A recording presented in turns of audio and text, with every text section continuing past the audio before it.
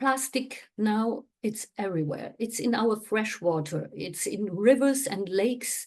I'm coming from Switzerland. We find microplastic and in every lake in the mountains and in the soil, in the air. Plastic is everywhere, and it's in the bodies of human beings.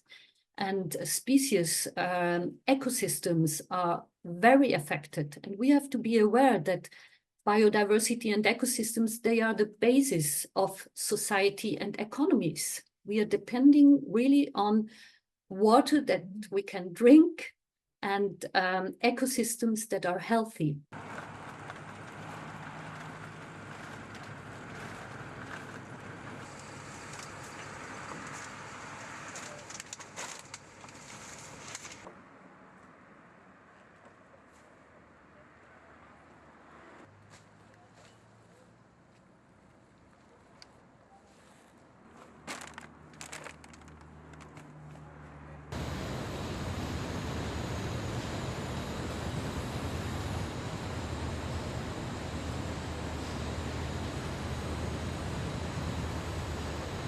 We've got dozens of different types of plastic, hundreds of different chemical formulations, and many of them are doing the same job. And that creates a problem at end of life, because in order to increase, recycling, we're still doing, in my view, a very poor job of, less than 10% of the plastic we produce is being recycled. And that's partly because we failed to design plastic products with end of life in mind. So we've got incredible diversity, a complexity of different chemicals that are used to do essentially the same job. And we're going to need to strip that back to reduce that complexity if we've got hopes of increasing the amount of material that could be circular.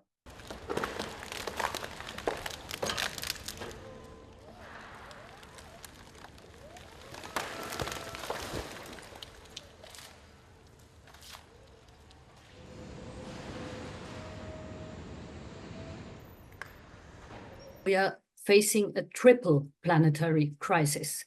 It's climate, it's biodiversity loss, and pollution. And the negotiations for a plastic treaty is embedded in this triple planetary crisis and should, by its outcome, also contribute to fight this triple planetary crisis.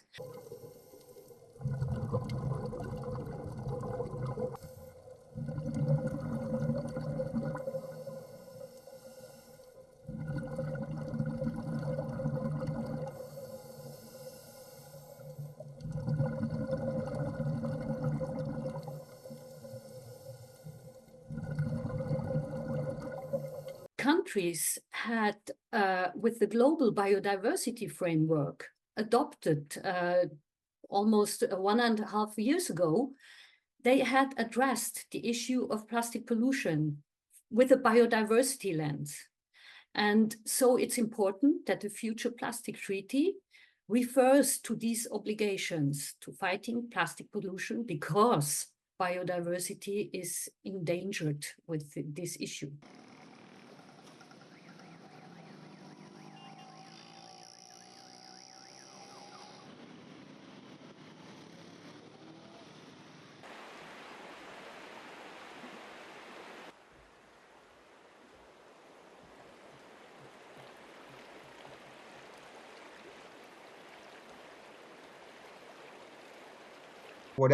Whatever solution we're looking at, it's really important that it's tried and tested to make sure that we don't repeat the mistakes of the past. So we've evaluated at the University of Plymouth mechanical devices to clean up plastic from ports and harbors, and we found that they were catching fish and seaweed that, of course, you want to leave in the ocean, and that the quantity of plastic was actually quite small. So I think the key thing is there's a demand for approaches to tackle the problem. We're aware there's a global environmental problem.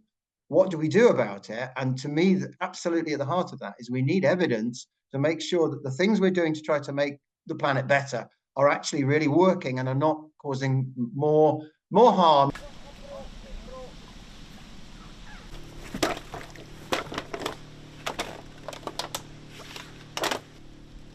Ez ahhoz kellett, hogy ti visszajöjjetek. Lábra vigyázzak, lábra. Vágod, számolj.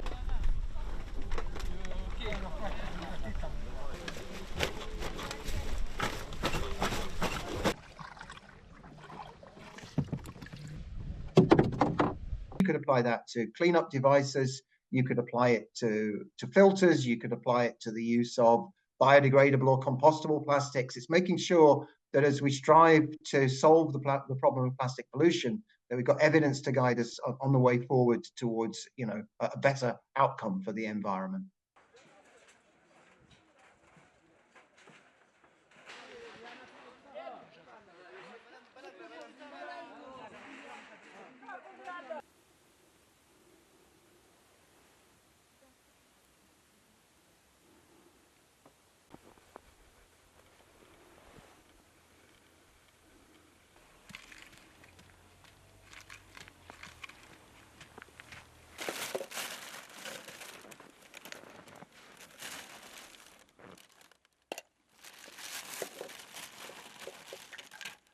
Cleanup is not a center stage solution. We can't rely on cleanup alone. Otherwise, we're simply condemning our children and children's children to contaminate the environment in the hope that we might just clean it all up later on. We need much more systemic solutions.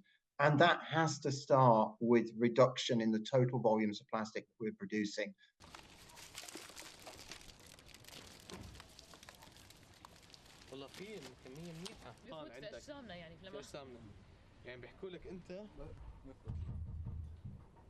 So is this just going to be a feel-good conversation with no kind of anything that really drives change?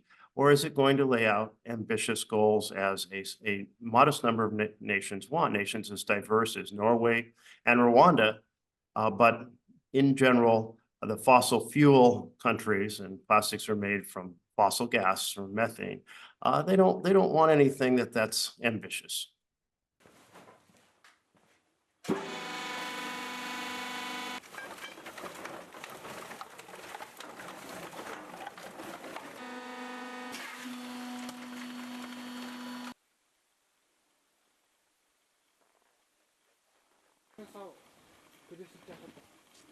Kudüs'ü durdurur bana. Ondan mı kalma abi?